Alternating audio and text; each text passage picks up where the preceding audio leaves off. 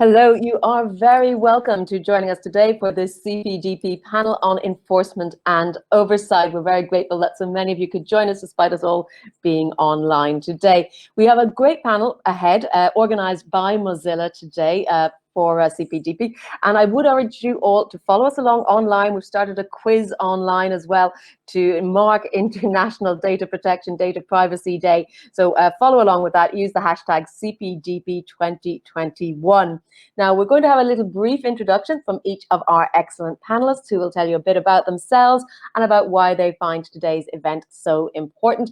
And then we'll move on to questions from me, but hopefully also questions from you, the audience, as well. You can use the function on your screen to send Q&A to me. I'll be keeping an eye on that. I'll also be trying to keep an eye on Twitter as well. We've got a lot of screens going, so please use those channels to get in touch and give us a thumbs up if you're interested in what we're talking about, and tell us what you'd like to hear more about.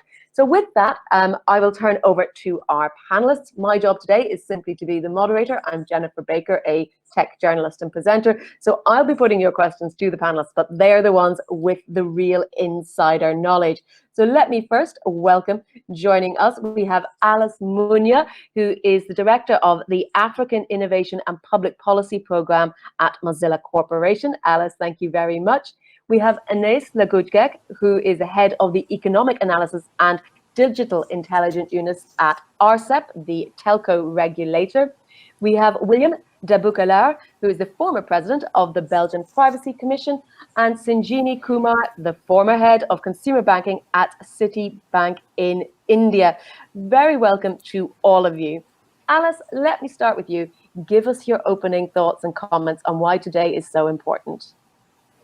Okay.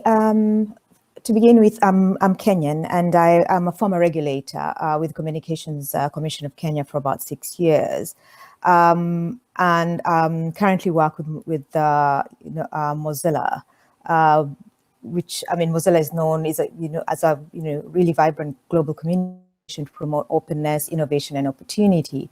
And the issue of data protection and privacy is really central to the work that we do. We are globally known for our popular web browser, Firefox, where we build products that put people back in control of their connected lives, and specifically advocate really strongly for privacy protection and for public policies that improve the internet health by creating and promoting an interoperable and an open internet. I believe really strongly that especially when data collected is data at risk, and so been participating really actively in the African region around development of data protection frameworks and privacy frameworks that that provide really strong obligations on data controllers and processors, requiring, and also provide robust protections for data subjects, as well as, empowered institutions that are well resourced to enforce and provide oversight around issues to do with privacy and data protection. That's why today, the Data Privacy Day is really important for me. Thank you. Thank you. Ines, now you're coming from a regulatory background as well. Let me turn it to you. What are your opening thoughts on today's discussion? Hi, everyone. Thank you for letting me participate in this very interesting panel. So as you were mentioning, I'm Ines Lagujgek. I'm head of the Economic Analysis and Digital Unit at ARCEP. I'm an economist. At ARCEP, what we do is we regulate the telco sector. The idea was to make sure that we transition from what used to be a monopolistic market to a fully competitive market. And we are also the ones in charge of enforcing the net neutrality regulation in France. So why are we interested in the debate of digital platforms and regulation of the tech sector? Basically, we started working on the subject of digital platforms through the prism of the net neutrality regulation, with the objective, as Alice was mentioning, of the freedom of choice for end consumers and end users. So our view is that devices, and notably smartphones, can shape what you have access to on the internet concretely. And therefore, we fear that we might have a blind spot in the net neutrality regulation because we only have ISPs in the scope of the regulation. So that's when we started working on the subject, and slowly we started expanding our analysis because we saw that actually when you're talking about OSs, app stores, and things like that, you have actually a lot of very similar mechanisms in digital platforms that can also happen for marketplaces, for all kind of digital platforms. You have a lot of networks effect that leads to winner takes all situation. You have vertical integration and incentive to discriminate in the downstream market, all those kind of economic mechanisms. And we've advocated for quite some times now for ex ante regulation of the tech sector, with the objective of having both more freedom of choice for consumers, but also more competition, because we believe that actually the two can be very much linked together. And we are delighted to see that in the December proposal, the Commission proposed in the DMA text, the Digital Market Act, something that goes very much in line with what we were hoping for, to have ex ante regulation of digital platforms. So we're looking forward to see where this lands in the end. Thank you very much for that overview. Willem, let me turn to you, very well known to us at CPDP. Give me your opening thoughts for this year. Well, I'm very happy to be here at CPDP. I remember the first conference when we were 50 people together with Paul de Hart and Serge Goodwit in the Markten, a small place. Now it's a big building, and now we are online about the world. For me, the date of the 28th of January is very important. Certainly today, it's 40 years that we have in Europe this privacy and data protection. And I would like to start with a comment, a statement that Max Schrems has published today. I will read it because it reflects clearly what are my thoughts about the data protection regulation, the general data protection regulation in particular. And he is writing, we have not achieved broad compliance with these laws. 40 years after the right to data protection was established on the European level, we still see vast violations. Every day we use our computers and phones. While some European data protection authorities do a great job, some key watchdogs continue to look the other way. The hefty fines and serious enforcement that the General Data Protection Regulation should have brought in 2018 did not materialize in practice. We therefore urge all relevant players to reflect on how the right to data protection can make the final step from paper to reality. And I think that this panel, who is dealing with oversight and enforcement, is really maybe the most important panel of the day. I will not say the conference, because oversight and enforcement is crucial. And the General Data Protection Regulation is failing to make this oversight and enforcement really effective. The reason for that is, I think, mostly two elements. First element is the system of the one-stop shop. The system of the one-stop shop who leads practically every case of any importance, the GAFAs, so to say, because that's the most important players, to the Irish Data Protection Authority, who is not capable or not willing to handle all these cases. An example, on the 25th of May of 2018, the first day of the General Data Protection Regulation into force and into practice, we received, as a Belgium Data Protection Authority, a complaint from NOIP, not of your business, according to WhatsApp. We had to transfer, by the working of the one-stop mechanism, this complaint to the Irish Data Protection Authority. We are now 980 days after this transfer, this complaint. We are now without any progress in this case. So only that is really not acceptable. There is a second reason, and this is more on the legislative point. We have, with the General Data Protection Regulation, we have also a directive on police and law enforcement, and third point for the European institutions. But the final point for the whole package of the reform of data protection is the new directive that should have been introduced also on the 25th of 2018, but is still under discussion. It's the new directive, regulation according to electronic communications. So that is a very difficult point because there is a very strong interplay between data protection and electronic communication.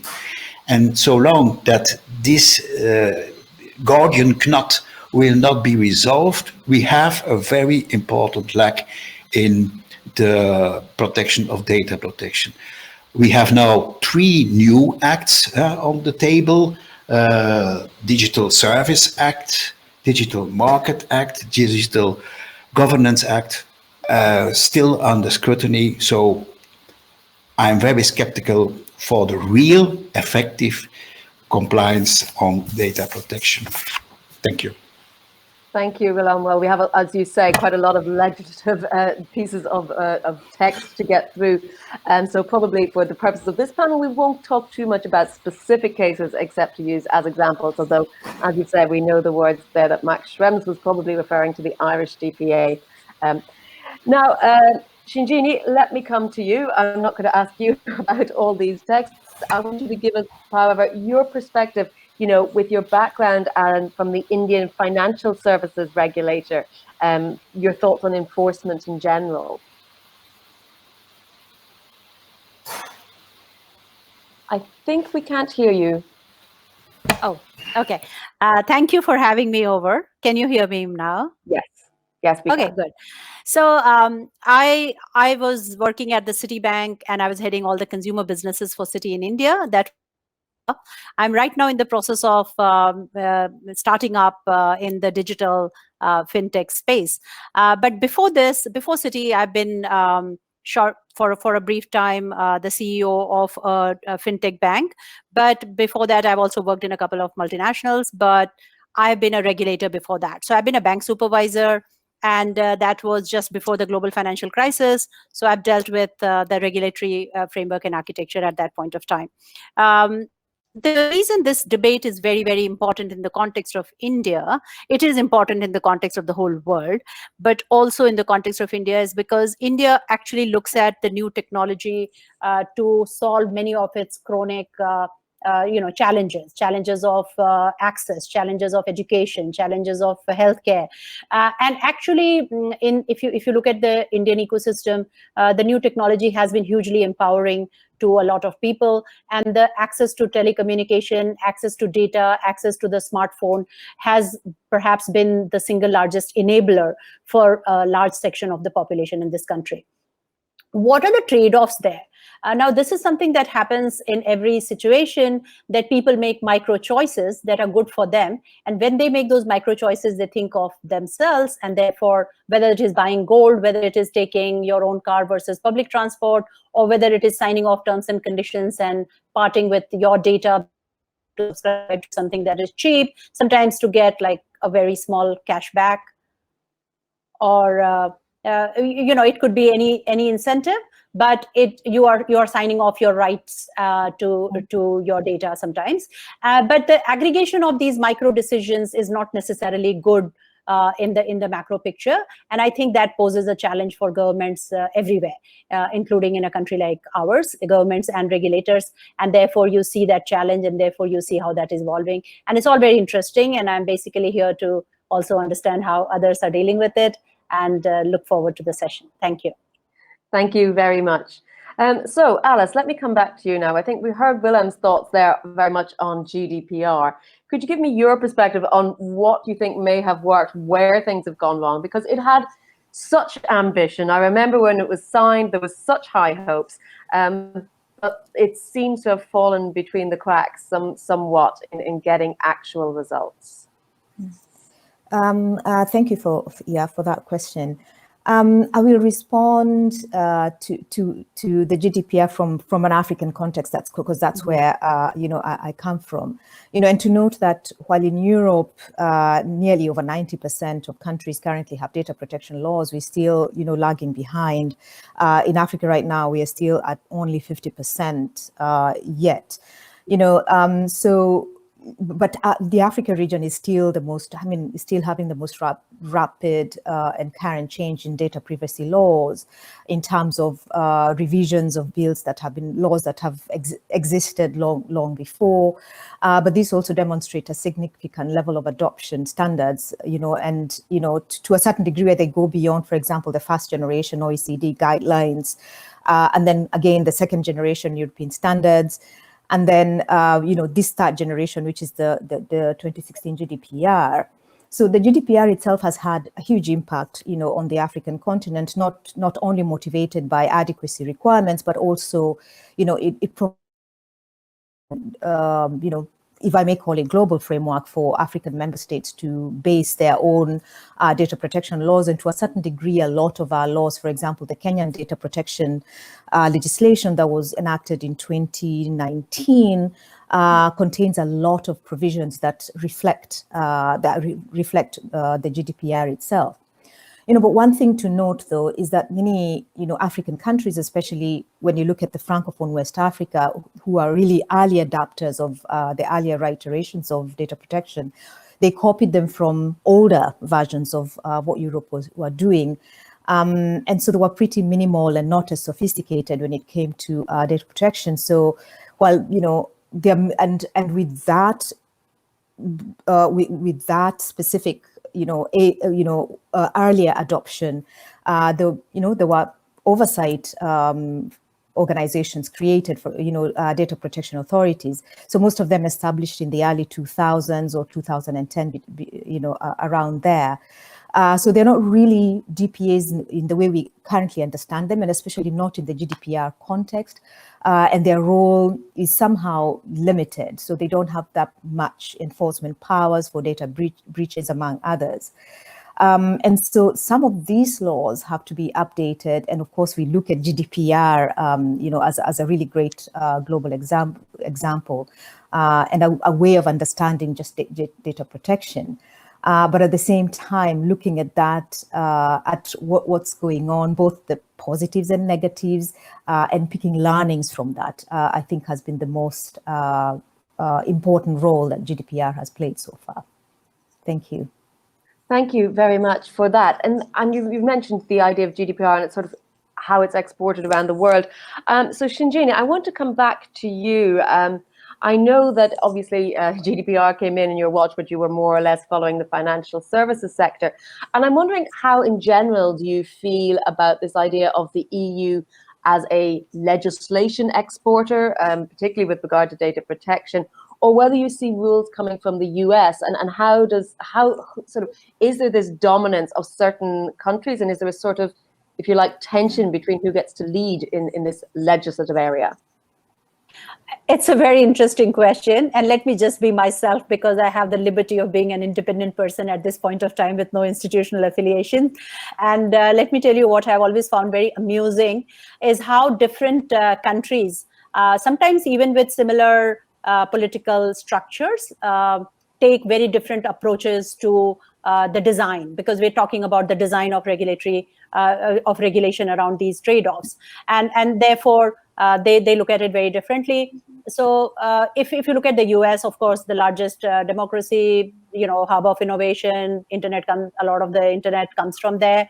I think they are taking a very interesting approach as well, because it's now their companies are everywhere. They have data from every place, and now they are trying to legislate in their own way. which is also something that we have seen before in the US. I studied in the US, and in our time, they used to teach monopolies and how monopolies are broken, etc. And now you look at this in the context of data, and you see how that continuity in some sense also exists, although it's a new challenge and people are trying to also deal with it in somewhat new ways. In Europe, we've always seen, I'm not the expert on this subject, but at least when I used to be in central bank, Basel used to be a very big source of banking supervision protocols for the world, actually, in many ways, right? And we used to always have that little bit of tension between some countries that were not very comfortable with implementing some of the capital rules that were coming out of Basel.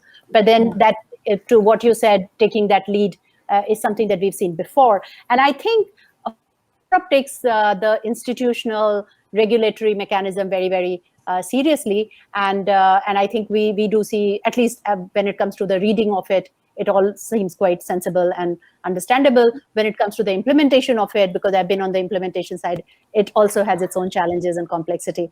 Now, when you look at a country like India, then there is always this mix of how do you create that framework, because again, you're a large democracy, but your population profile tends to be a lot of vulnerable people. And so we find always in India that there is this sort of drive to putting vulnerable people under some sort of a public sector umbrella, because that's somewhat perceived to be somewhat safer than the pure play private sector. But that's not possible in the world of today. So it poses, again, the same challenge. And so obviously countries do look at each other, because this is not a local problem. This is a global issue. Data is not possible anymore to contain. This is not a problem that you can deal with at a country level. It's a big geopolitical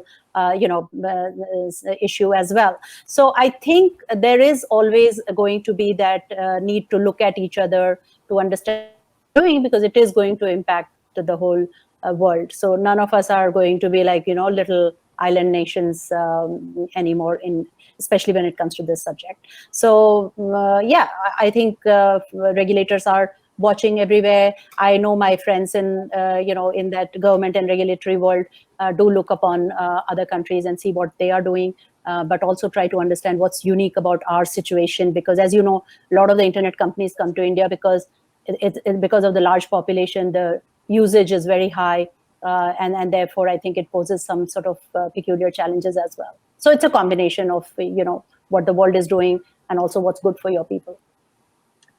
Okay, well, I mean, obviously there's a huge population in India, but we have overall in the EU this huge population, and we have finally got together to have a general regulation across the whole EU with the GDPR. Bilal, I want to ask you, is there still tension between EU member states? We've got the one-stop shop, which is supposed to solve this issue that you were very critical of. And Sanjini there also mentioned the question of monopolies. So I'm wondering, is the problem with trying to regulate these big tech companies, is it the fault that the EU is fragmented? Or is it that simply the monopolies on the tech side are so huge and they end up all falling into just one or two small DPAs? I think you're on mute. Sorry, I think it's both. It's first of all, it is clear that these big tech companies are very powerful. I will give you one example. When you going to the court and you need lawyers, you are always confronted with, let's say, an army of lawyers against your action as data protection authority. If it is Facebook, or it is Google, or it is some other, you always are confronted with a very, very difficult situation. There is an imbalance of power. Even when you see that data protection authorities are well equipped, when they have a lot of people and resources, even then you are confronted with very powerful institutions. There is a second element also in your question, and I think you are right to mention it. There is also on the European side a very difficult situation, and I will try to explain why. Because when it was the idea of the European legislator to make a unified data protection law and legislation, who is the General Data Protection Regulation. That's one of the achievements of it. They forced the oversight and the enforcement is still national. And the most important actors, certainly in the first line, are these national authorities, even when it is a problem that every European country is confronted on the same way. So I mentioned already this difficulty, this problem with the Irish Data Protection Authority, but it is it's not the Irish who are in fault. It's the architecture of the whole oversight and enforcement system that is lacking, because on that. With that result, that there is always a tension between your economic, your politics, on that from your own country, and on the other side, the general aim and reaction of the European citizen, the European consumer, to have this protection for this data protection. So it's both, I think, and there is also a third element, I think, that is the fragmentation of the oversight and enforcement, because you have on one hand consumer protection, who is nowadays much more active on data protection than the data protection authorities. Very strange, but that's the case. If you look to the caseload on the European Justice of Luxembourg, you will see that most important cases on data protection are introduced by the action of consumer protection. On the other hand, you see also that also economic oversight and enforcement, I think mostly on competition, is also very important. It was a great achievement of Mr. Giovanni Buttarelli to try to put these three elements together: consumer protection, competition law, and the data protection legislation. That should be much more integrated. And I think that this exercise, we still now on the drawing table of universities and scholars who are working on it. I hope that that can lead to a much more holistic protection of the citizen. Thank I you. hope, yeah. As always, Willem, you've covered a lot of ground as well, and flagged up a lot of different ideas to me, because you were one of the ones, you mentioned the e-privacy regulation, and of course that is very much stalled in the European Council because member states can't agree among themselves, which is just an indication of how far apart in reality a lot of EU countries are from one another. So Anais, I wanted to ask you, do you see any parallels then with the telco sector in terms of this tension? Yeah, actually, I think it's very interesting what Willem was mentioning, the problem of having fragmentation of the enforcement. I think in that perspective, I think it's very interesting to see that in the DMA proposal by the Commission. So the DMA is to the objective is to have economic regulation of the telco of the tech sector. Can you still hear me? Yes, we okay, can. Perfect. Great. And I think it's very interesting to see that in their proposal, the Commission here is proposing something where the regulation is centralized. Everything is almost everything is in the hand of the Commission. I mean, it's the Commission itself that is supposed to enforce this regulation. So it's also I don't know, maybe it's easier to do in the case of economic regulation than in data protection regulation, because there you have even less of a national focus of the objective, but it's not even that clear. I mean, I guess maybe also the Commission wanted to have something hopefully more efficient than what happened with what Willem was describing for the GDPR enforcement. I guess also it's maybe easier to do that when you're considering an asymmetric regulation. Because when you're, as is the case when you're with the DMA proposal. The DMA proposal, the idea is to have a focus only on a few actors, like the biggest ones. And when you do that, it changes a lot the landscape of what you can do, because it means that you can have a much more focused intervention, more laser focused. And it also means that you have probably less cases that are going to arise. The difference of GDPR, which is a horizontal regulation, so it concerns absolutely every website on the internet. So it's maybe also more, I guess, more doable to have things more concentrated at the level of the Commission, maybe than it could have been done by in the GDPR. But coming back to the parallel, maybe with the telco regulation. There's some stuff that we can take, I think, from the telco regulation, and some other that it makes it difficult to have a full parallel between the two. So first of all, as I was mentioning, in the telco sector, the objective is mainly an economic regulation. So our objective is to help challenges arise for the benefit of consumers. And because you have a lot of networks effect, high barrier to entry, we in the end we realized that those guys need help. And the end goal for this regulation, it's kind of particular, because the end goal is to disappear, basically. We want to shape a market that works autonomously in the end. So you start with very intrusive regulation. For example, you're forcing the incumbent to give access to its infrastructure, to practice prices that are manageable for challengers, so that in the meantime, the challengers, they have the capacity and the time to develop and deploy their own network and rely less and less on the incumbent infrastructure. And so you progressive lift regulation.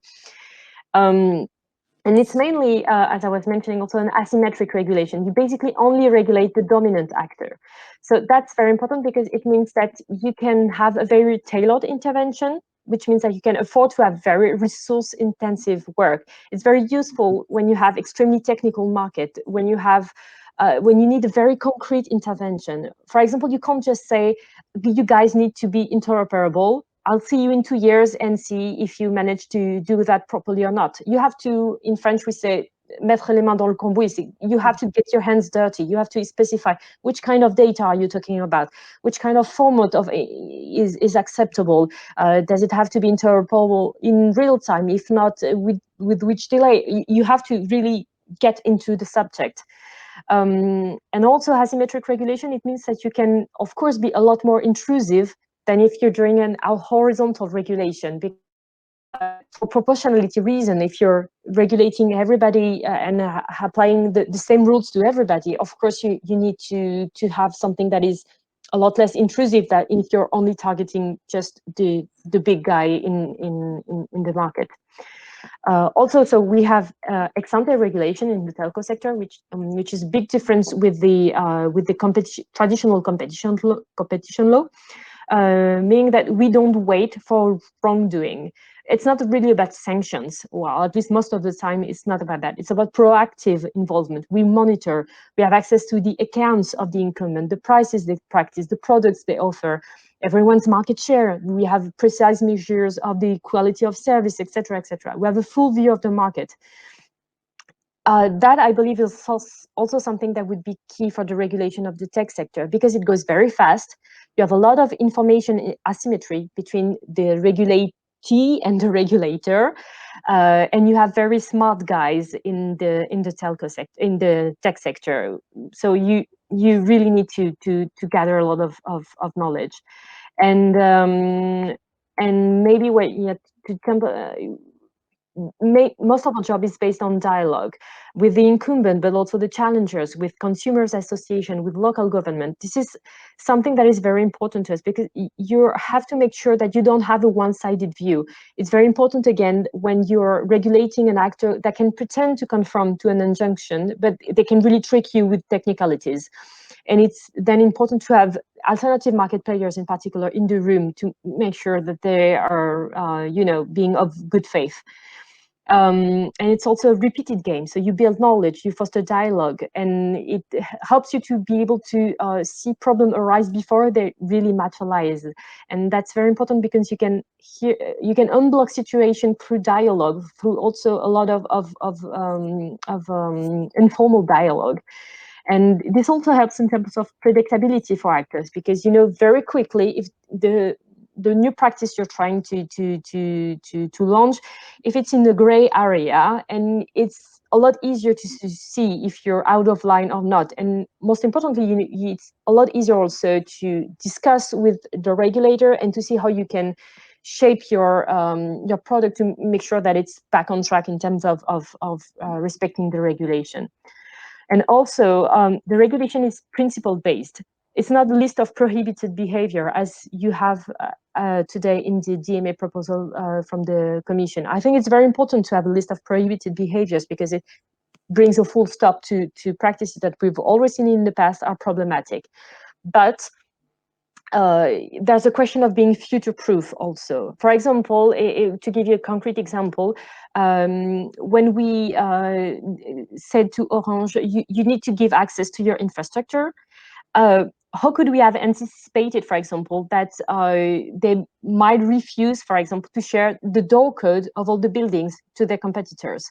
And so you have a technician that arrives to connect the fiber and it cannot even enter the building. You know, those kind of things, it's impossible to anticipate first. So, and if you have a principle-based regulation, you can be a lot more, and it's easier to be future-proof. On that aspect, actually, I think there's a lot of very interesting element in the CMA's proposal in the UK that is also with the goal of regulating economically the digital platform. So it's also very interesting, and yeah, those are the elements that I think. And also regarding the national enforcement versus European one, I think in the telco sector, the thing is that it's true that for us it's often national markets, a lot more local actors.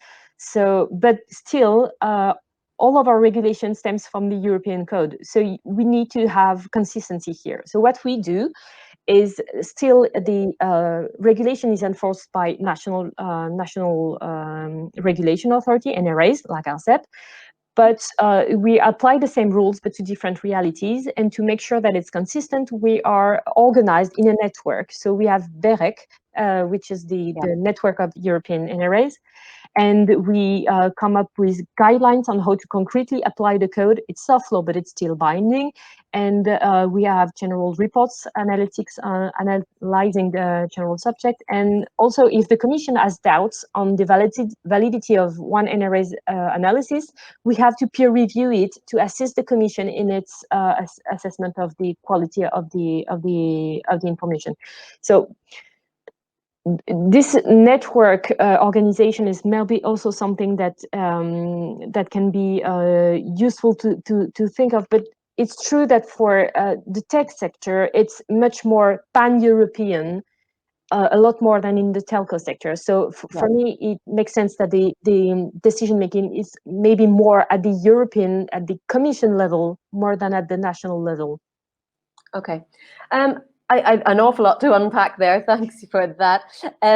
Alice, let me turn to you. I mean, I was going to ask you quite a very blunt question, which was about competition and monopolies and simply whether some of the companies we're talking about are just too big to regulate. But I'd like you also to maybe reflect a bit on what Anais was saying there regarding a principles-driven regulation as a way of future-proofing rather than specific prohibited behaviors. So if you can sort of tackle those together, that would be great. Okay, yeah, thank you. Yes, I agree around, I mean, especially when it comes to, the principle-based regulation, and to that, to that end, we in the African region, we've got the Malabo Convention, the African Union Convention on Cybersecurity and Personal Data Protection, that provides, a basis and a framework for a lot of member states. And of course, there's also the GDPR and other international instruments. But I agree in terms of specific principles that need to be to be considered when we are thinking about regulation and oversight, especially in the tech sector. So the regulation itself should be adaptive,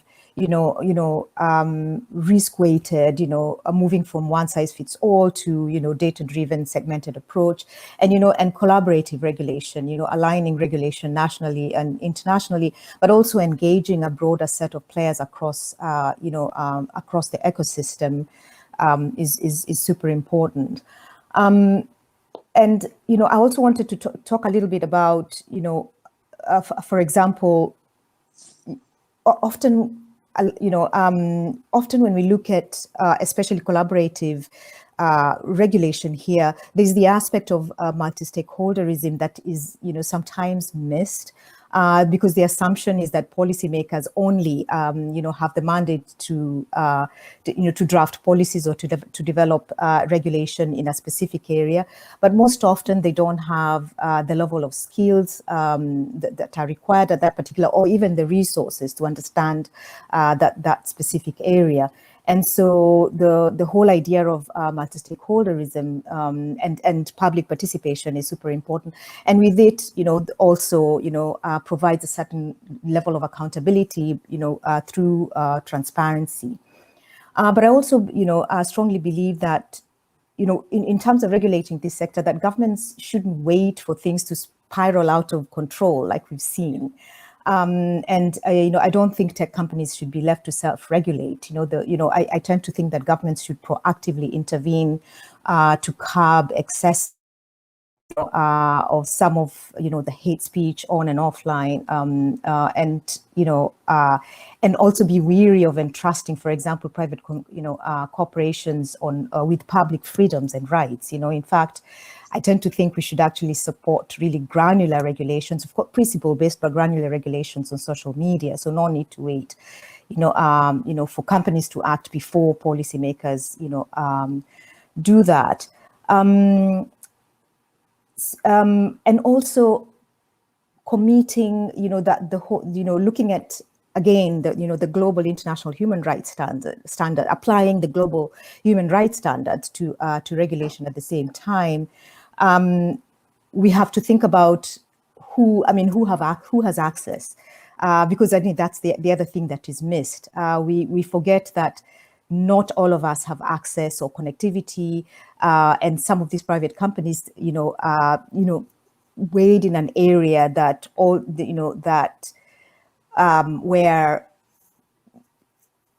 where we not only exercise our freedom for communication, but also political discourse happens there. And so, really worried that on one end, for example, what we saw happening in the United States with Twitter shutting down one account, while at the same time, it was not lost to most of us in other parts of the world that we've been asking some of these social platforms to really support in regulating some of the activities that are online, and especially those that sometimes can veer to dangerous levels. I think we saw that happening in several African countries. So it wasn't lost on us how quick some of these platforms were to institute various ways of self-regulating. And we've been calling for this for several years. And so the reason why rules and enforcement sometimes could be inadequate without really strong leadership and cultural norms, and also, engaging communities, and communities need to be able to shape how and where they enable discourse and conduct learning. Thank you. Thanks. I just wanted to ask a follow-up question, Alice, on what you think about the possibilities of competition law being used in this area. There are suggestions about breaking up big companies, but maybe, companies with huge amounts of data that are doing different things with it. So that's, perhaps the right hand claims not to know what the left hand is doing, but they are actually compiling all their data. And I'm wondering whether using data in competition terms would be useful. Yeah, that would be actually really, really useful, to a certain degree. And I think one of the things we did, for example, when in Kenya, when we were drafting the data protection bill, was to really, push towards, really strong and stringent measures, towards especially data controllers and data processors, really placing strong obligations, super strong obligations, including, super high fines, that would reflect the significant responsibilities associated with, collecting, storing, using, analyzing, and processing user data, and at the same time ensuring that, you can have really beautiful, laws and policy and regulatory frameworks, but they're really useless without enforcement. And that's a reason why, for example, data protection authorities are super important for in our region, and for that, really well-resourced, empowered, independent data protection authorities is very important. And so Mozilla and Omedia, for example, we're working directly with the African Network of Data Protection Authorities to try and support an effective and efficient network that is able to provide, a certain level of, guidance, not only for, for governments, but also to support each other in terms of capacity development. And so we believe that the DPAs can learn a lot from competition regulatory authorities in the way they go about, for example, antitrust, cases, how, in terms of the level of fines or, levied on some of these companies that don't abide with regulatory and policy frameworks. And so there's a lot to learn, especially from competition regulatory authorities. Okay, thank you very much for that. Now, I want to remind those of us who are following along and watching online that you can ask questions via the platform using the Q&A function, but you can also, I'm keeping an eye, if you want to ask me questions on Twitter, use the hashtag CPDP2021 or CPDP21, and I will try to get those. If you want clarification, I know we're whistling through an awful lot of different things here, so if anyone wants to come back to a point that maybe we rushed past, please don't hesitate to tell us that as well. Shinjini, I want to ask you specifically about agency-led enforcement. What sort of lessons can we learn about, as well as enforcement, but constant monitoring and issues in sectors like the financial sector, which have been traditionally agency-led? And I think we need to unmute you. Okay, yeah, I did that. Financial services presents a really good comparator. But before that, I just want to talk about something that I heard on this panel before, which was the principle-based approach, because it has the ability to be more nimble and evolve. Because one thing is for sure, that the age of technology in which we live, there can be no framework which will serve us beyond a few days or hours. So because there's innovation, and every bit of innovation brings with it something new. So I think that's fair.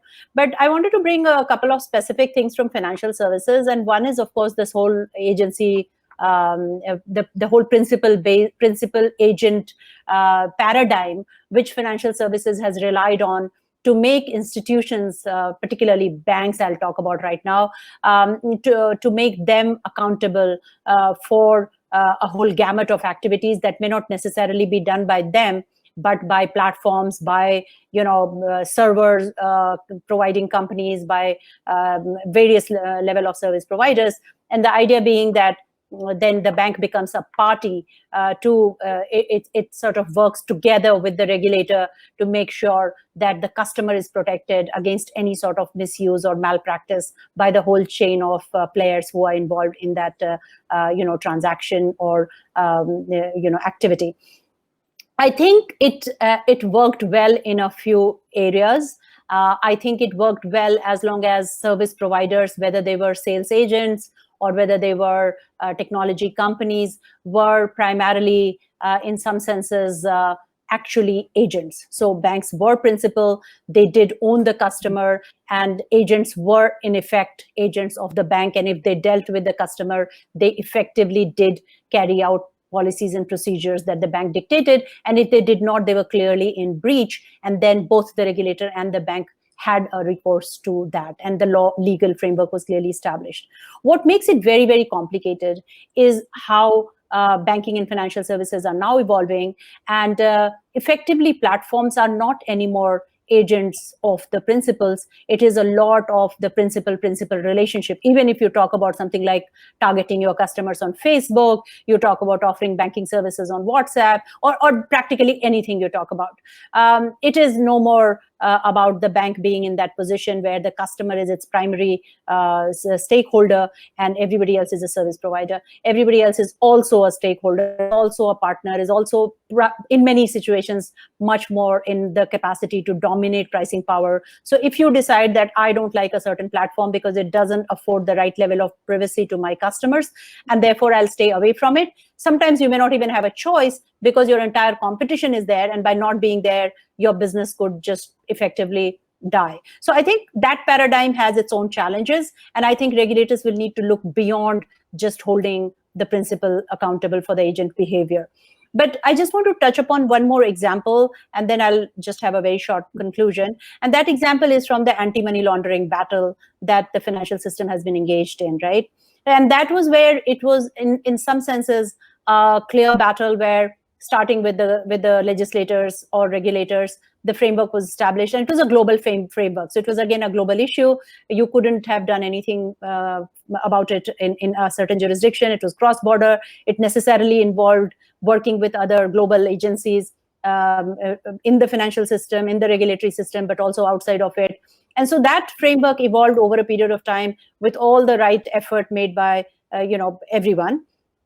And but what gave it clarity was over a period of time, because initially banks made deliberately engaging in activities knowing well that these were criminal activities, but because they were profitable, they might be engaging in it, and the regulators were on the side of saying this cannot be done. But over a period of time, as the penal framework evolved, as penalties started to get levied, as repercussions became more and more severe, banks began to make a choice of saying maybe I'm better off not doing it because the penalties are so severe and the reputational loss is so harsh that I might as well not do it. So that then started to sort of lead to a race to betterment over the earlier race to saying whoever can get more money, no matter where the money is generated, is the better bank. So I think we saw that happening in the financial crime area, and I'm particularly taking the example of AML right now. And we could, this is an endless debate. We could get into many areas. It works sometimes, it hasn't worked sometimes.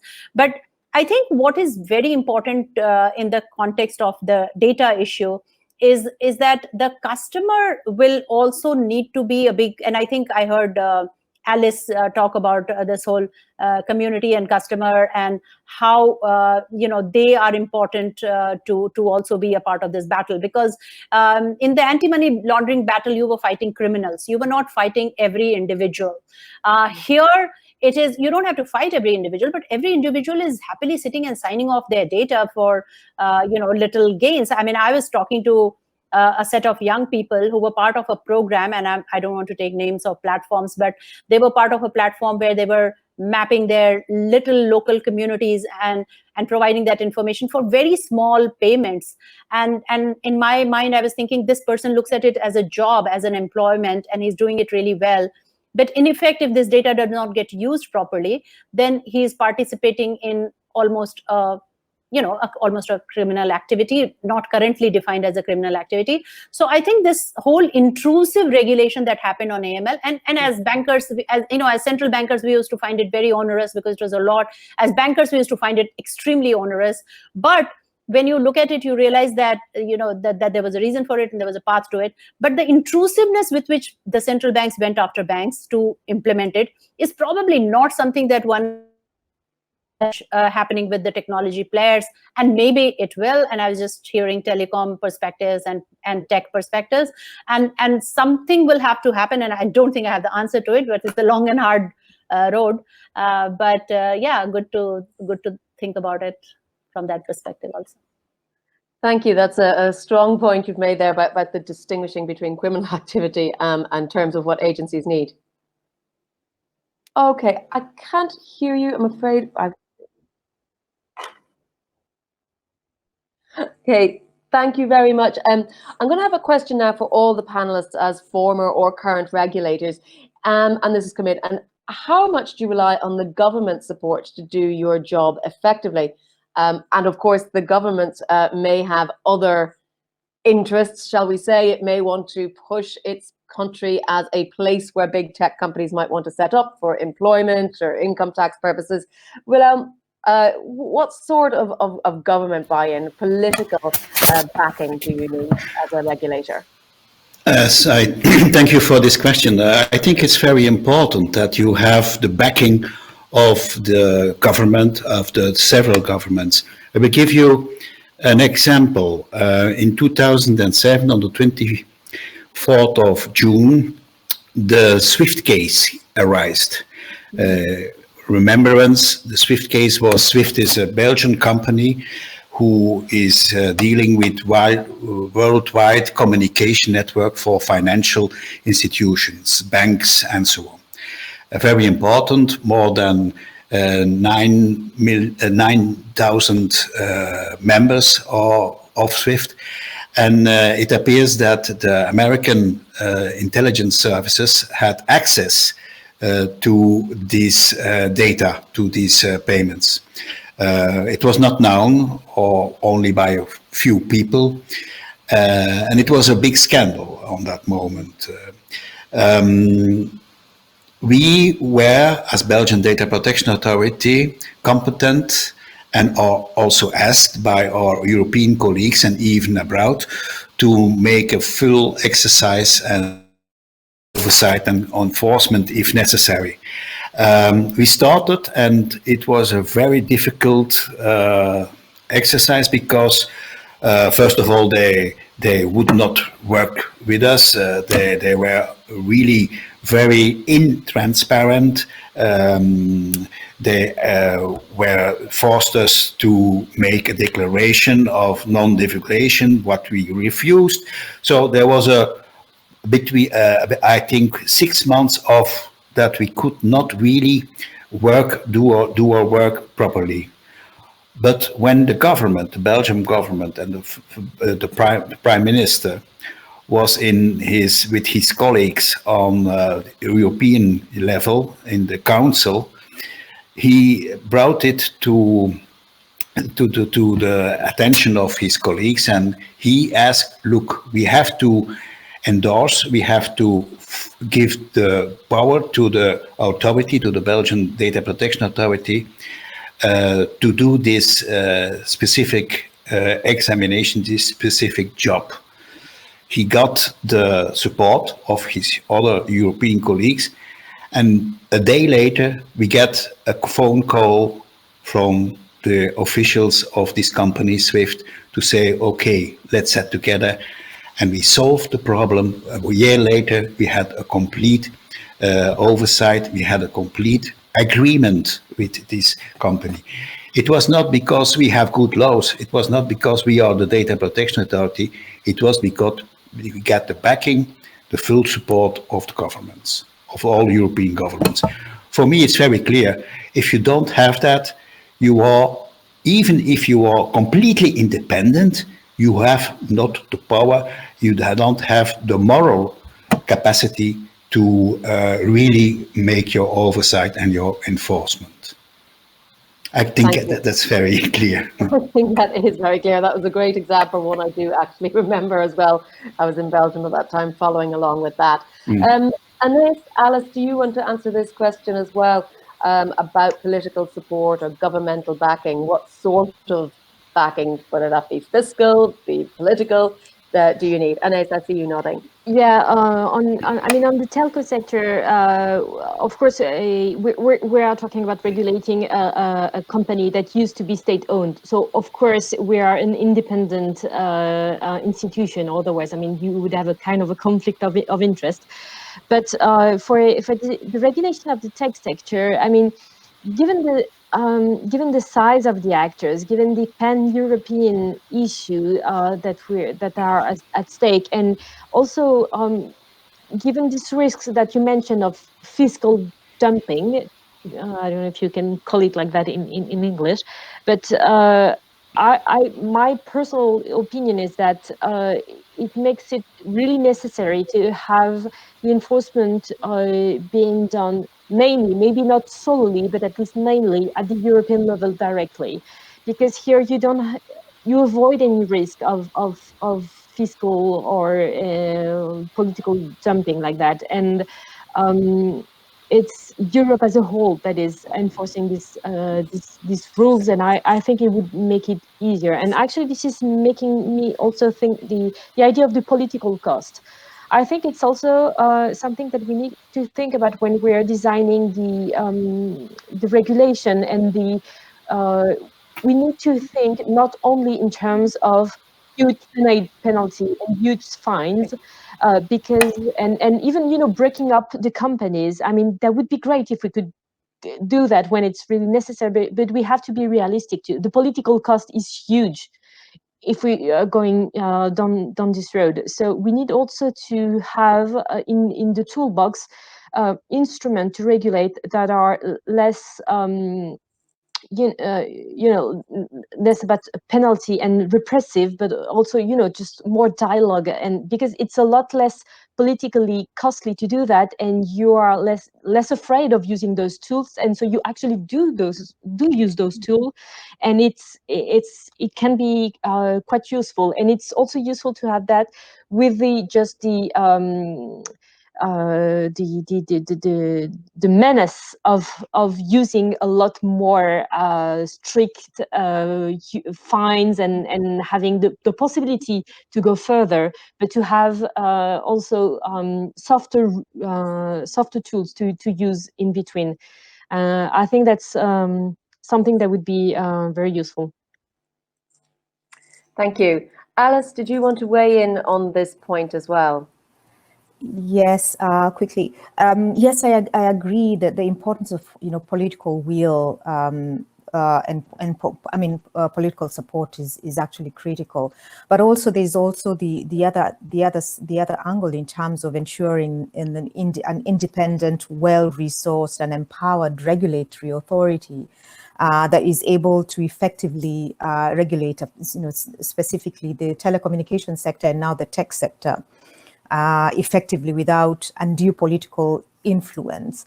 And one example I'd like to share is the Kenyan example where, for example, especially the telecommunications regulator, the DPA is really new and they're just setting up. So, we're still, yet to see how that works out.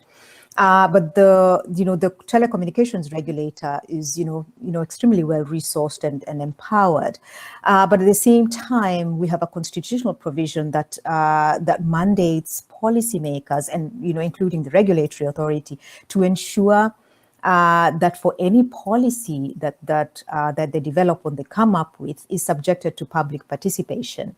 So essentially, not only, in a way countering any, undue political influence that politicians may have on regulatory authorities by ensuring that the public has access in terms of participating in providing oversight, because I truly believe that the community and users have a role in providing, oversight to tech, to especially tech companies. So that's also important. So on one end, political support and political will, strong, well-resourced, empowered, and independent regulators, but at the same time, the idea of public participation to ensure accountability and transparency is extremely important.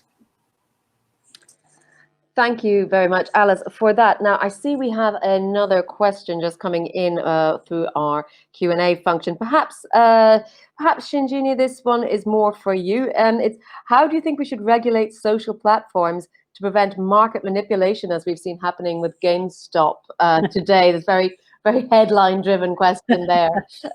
Briefly, since we are running short of time, just give me your thoughts on that.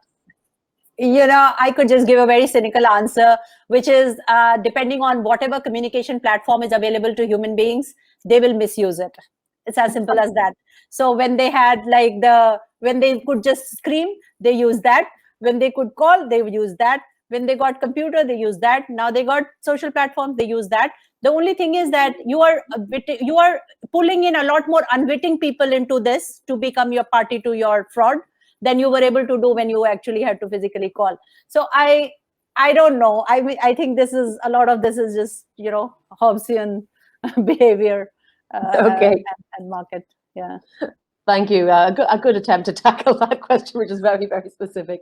I wanted to say, now we are, as I say, running it towards the end of our session, but we have on the table, on the agenda, we've got the Digital Services Act, we've got the Digital Markets Act, we've got the Data Governance Act as well. So there's a lot of these new laws coming up, and I'm wondering, we've seen in the EU other laws that have been produced and then have been struck down by the courts. We saw the Data Retention Act was struck down by the courts. We saw the Commission's efforts at Safe Harbour, and then the Privacy Shield were struck down following the Schrems and the Schrems II rulings. And I'm just wondering what you think about how, at this point, before we have these new laws, can we stop them? Should they be stress tested at this point? Or rather, is it regulation via the courts? Well, I'd like your thoughts on that, because I know you followed some of these cases. Yes, that's that's true. But it's a very difficult question for me, because before I was a commissioner at the Belgian Data Protection Authority, I was a judge. So I have both in my hand. I think that the system of the oversight of the European Court of Justice from Luxembourg is a very good one, and is a very important one. But we must be aware of the fact that it is a court who is dealing with legislation, who is not dealing with cases, real cases. It's the legislation who is on the table. In my opinion, we should have also an institution, as in many countries exist, that gives advices at the legislator. We have that on the European field. For example, the European Data Protection Supervisor is giving advices to the legislator, the European legislator. But I think that there should be a system of sort of oversight, a sort of advice ante the legislator, not only on the point of data protection, but on the whole bunch of the fundamental rights. I think that this ante advice is can be very crucial, very important. I have in the coming on and the preparation of this panel, I think you sent it to me, a paper from the French working group on réseaux sociaux, social networks, who was written by a colleague of Anaïs. And there is also stressed out that this ante-examination is very crucial, very important. But I think that the system of post examination by the court, in this case the Court of Justice, is unavailable and is very good also, because it's a testing of the legislation.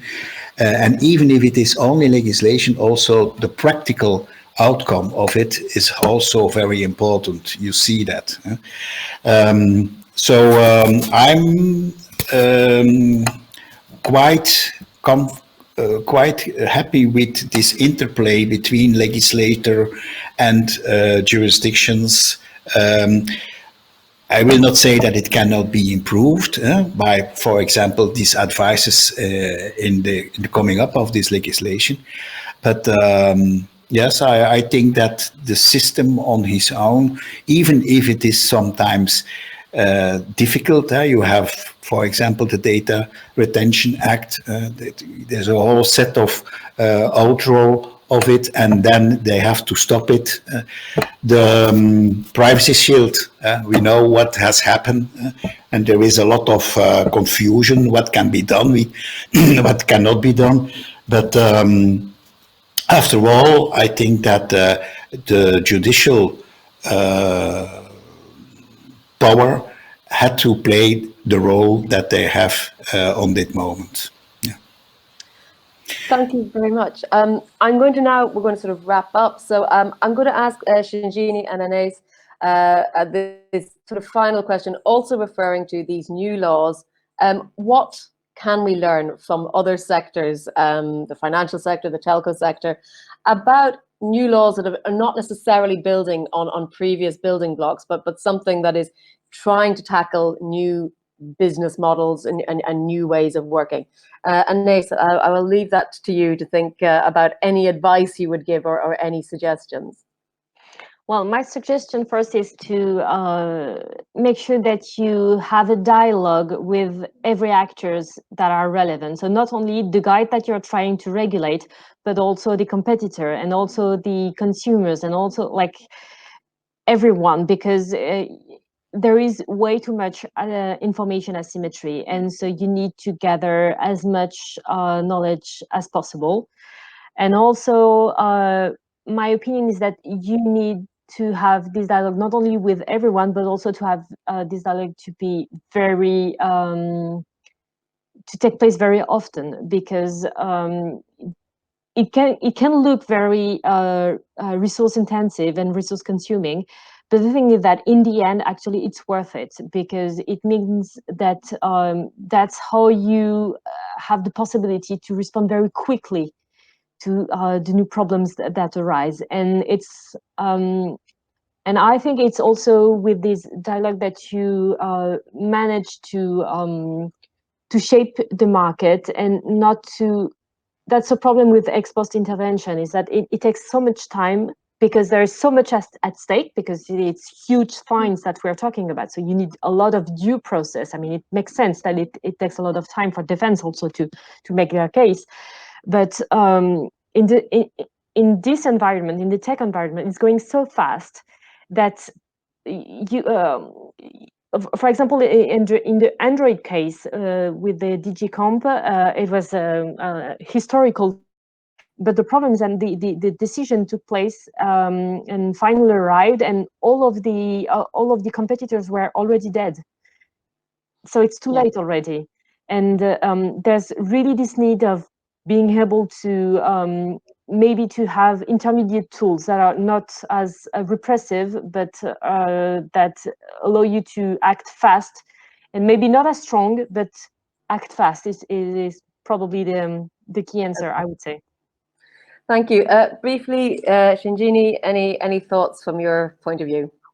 I think humility first. I think everybody who wants to deal with this problem has to realize this is bigger than us.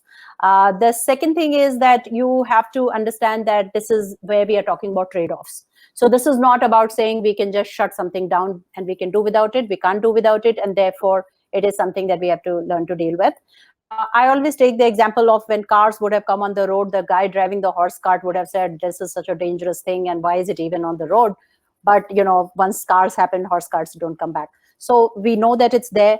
We know that we have to deal with it. How do you do it? The second thing I'll say is, and I agree with everything that Anais said, except that it's no more information asymmetry, I feel, because there's a lot of information available, even about Facebook, even about everything that Zuckerberg does is known immediately to the whole world. So, but it's about intent asymmetry. We don't know what is the intention of who and who's going to do what. So I think the regulation needs to pivot to that extent to start thinking a bit differently.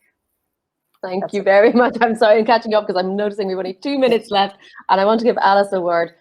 Your final thoughts. I mean, is a regulation only successful if it ultimately changes behavior? I mean, that's mainly the topic we've been talking about.